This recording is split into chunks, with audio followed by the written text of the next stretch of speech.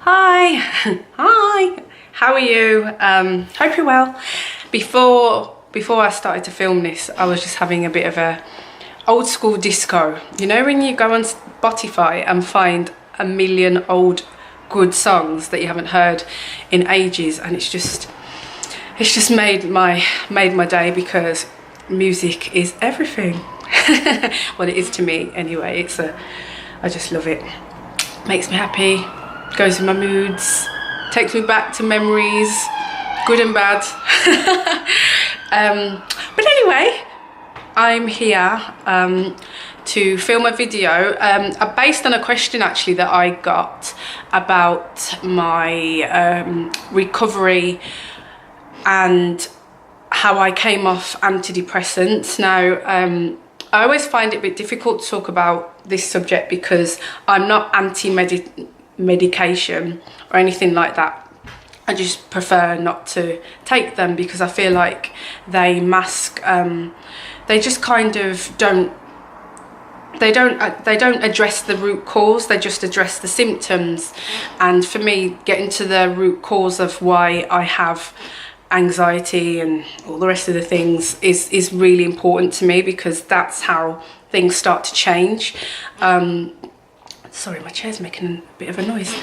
Sorry, that doesn't normally happen. And it's really important for me to heal from those things to change. Whereas for me personally, medication is like a plaster, so you don't ever address those things, you don't ever really recover. You are really reliant on those things instead of coming up with healthy coping mechanisms and healing and addressing the past and making peace with those things, or just closing the door on those things. Instead, you kind of just take something and it kind of just it just doesn't address the root cause, which is just, like I said, really important to me. However, I have taken them, and when I took them I really needed them, and it was necessary. So this is why I say I'm not against them. This is not a pill shaming video, because I think that's out of order and it's unnecessary, because like I said, sorry I'm like this,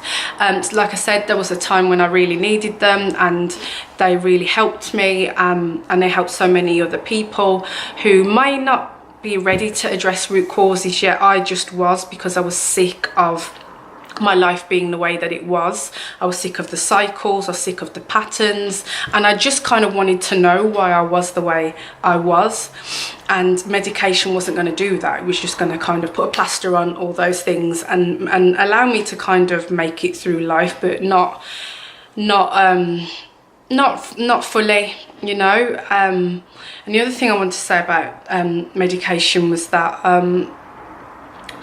there's a lot of side effects to them, and to me, some of the side effects are like, whoa, is that really a good thing for me to take? Because on the one hand, yes, it is addressing the symptoms, but then I've got other things that it's given me that I now need to deal with, and for me it's just like that's just way too much. Because let me go through this properly. So 6 years ago now, since I had my breakdown, which is not that long ago, I don't think, and I remember when I went to the doctors and told him about what's funny actually, me telling you this, he actually offered me antidepressants a long time ago before that, but it wasn't because I said, this is how I'm feeling and about the panic attacks or anything like that. It was just because I think he might have noticed that I was that I was depressed,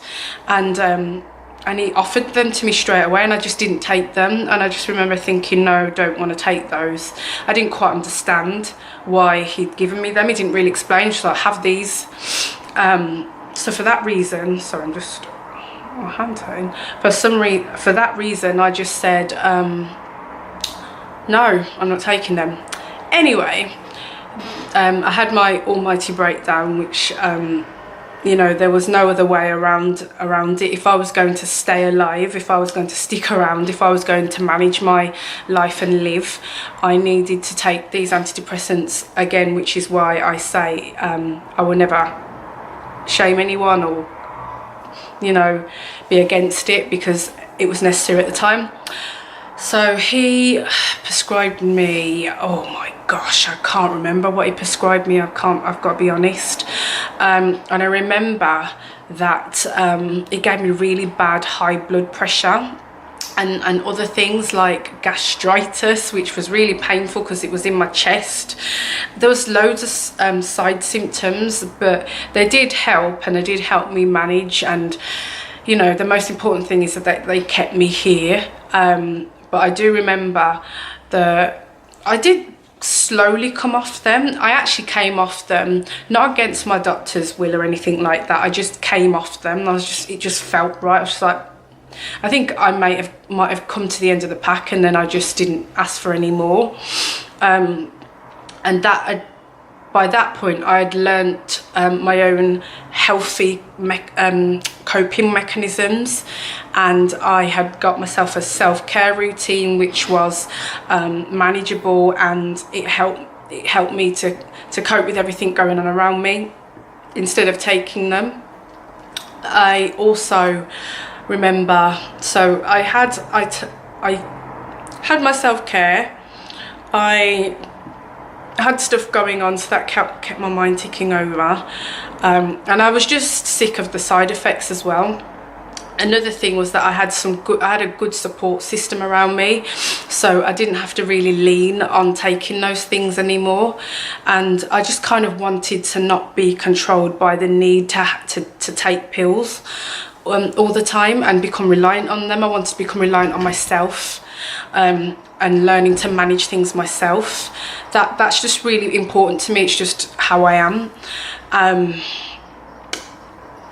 I do remember my mum actually, she didn't know I was taking them, even though I was, you know, back at her house, and I was really depressed and sad and lots of stuff. And she found them one day, and she said to me, please, I beg you, stop taking them. Like, will you stop taking them for me? And I just kind of looked at her, and I don't even really remember what I said, but I didn't stop taking them. I think I just said, I can't, not right now. And I think that really devastated her, to think her child was going through something so bad that she had to rely on something to help her stay present, stay alive, stay here. And I do remember about 3 years ago, maybe a bit longer actually, I was still not dealing that well with my anxiety, and I went to the doctors and I begged him for anxiety medications, like, please give me something, because I am not coping. This is before I'd addressed a lot of stuff. I'd got a routine. I'd started meditating and just finding better ways to manage my anxiety. Anyway, he gave me some anxiety pills, and I remember one day I was, you know, it seemed to calm things down, it was fine. And then I remember one day I was driving and my vision was blurred, and I just felt really drowsy, and I just felt out of myself, and that went on for a while. And I just thought to myself, I can't do this anymore. I can't feel, even though my anxiety is low, because I'm so, you know, I'm so kind of out of it, my anxiety would feel a lot less because I'm just kind of not with it. I couldn't not be present like that. I wanted to live life. If I was going to calm my anxiety down, I wanted to be able to live my life as well at the same time. I didn't want to feel like a zombie at the end of the day. But this is what these tablets were doing. So I remember I just took myself off them. I never went back, and I haven't had antidepressants since. And again, I think the message that keeps coming out here is that for me, it's important for me to feel kind of in control of myself and not have all these side effects that take me out of control of myself. It's like a trade-off. So we'll take away your anxiety for this, and it just takes away your quality of life. For me personally, if it gives you a quality of life, then that's great, but for me, the side effects just didn't work. especially with my lifestyle, because by then I was running Free Your Mind and needing to go to meetings and all sorts of things. It just did not work, and I didn't like the feeling of not feeling like I was in my body, or that I was awake. You know, I just felt really out of it, I guess. And so I haven't touched them since. And so for me, it's not easy. I'm not going to pretend it's easy to do, but it is a process, and you have to be disciplined, and you have to keep going with it. What I'd say is get yourself a really robust self-care routine. So don't look at what everyone else is doing and say that's what I'll do. Look at what they're doing and see what will work for you. Try a few things. Try meditation, try exercise, try yoga, try Pilates, try sports, try, you know, volunteering, try a hobby. Get into something that you really love that will I guess, for lack of a better word, distract you. But it's not a distraction. It's a healthier way to live. I guess it's coping strategies, but in another way, it's a quality of life. It's a way of life. So just find those things that alleviate your anxiety that aren't medication. And like I said, it does take time. You know, I have lots of things that help me. So I do meditate, I listen to calming music, I listen to audio books which help me. I love music, so I listen to music. I have Free Your Mind as a support group that I tap into, and you can too. It's free. I'll put a link below in this video. Yeah, there's lots of things that I do to help maintain my mental health and my quality of life. It's not always easy, and there's days when my anxiety absolutely engulfs me, but what I don't do is beat myself up and try and get out of it. I just ride the wave and say, okay, anxiety, here you are today. And sometimes I sit with my anxiety and work out what it's trying to tell me that day, like what triggered me. Sometimes it's not easy to do that, but I like to do that because it helps me. You know, your anxiety is always a message about something. You're either fearing something about the future, something that's happened that day, or something that's happened in the past and it's bothering you and you're thinking it might come back again. So I do sit with my anxiety sometimes and say to it, like talking to a friend and saying to it, you know, what is it that's bothering you today? You know, and talk to it like a friend and work my way through it with it like that.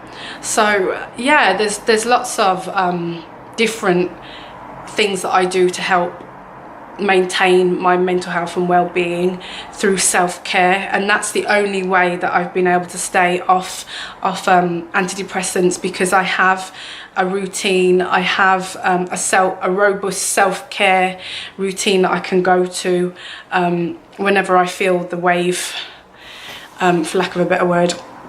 So if you would like me to talk about different things you can do for self-care, I can do that. I think I do have videos on that though, and you can look on my social media for ideas. And also, I mean, I am self-care coach and I talk about self-care all the time on my social media. I do have a book on self-care, and I'm releasing a course on self-care, so there's all those things as well. I actually wasn't planning to mention all those things because I didn't want it to sound like a sales pitch, but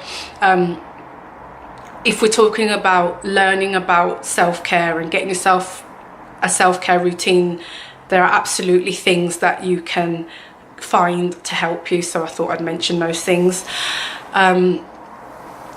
Like I said, it's not about pill shaming. They are a necessary thing. They are helpful, and they have helped me in times. It just doesn't give me the quality of life that allows me to be present. I actually really do want to feel things. I learn from my ups and my downs.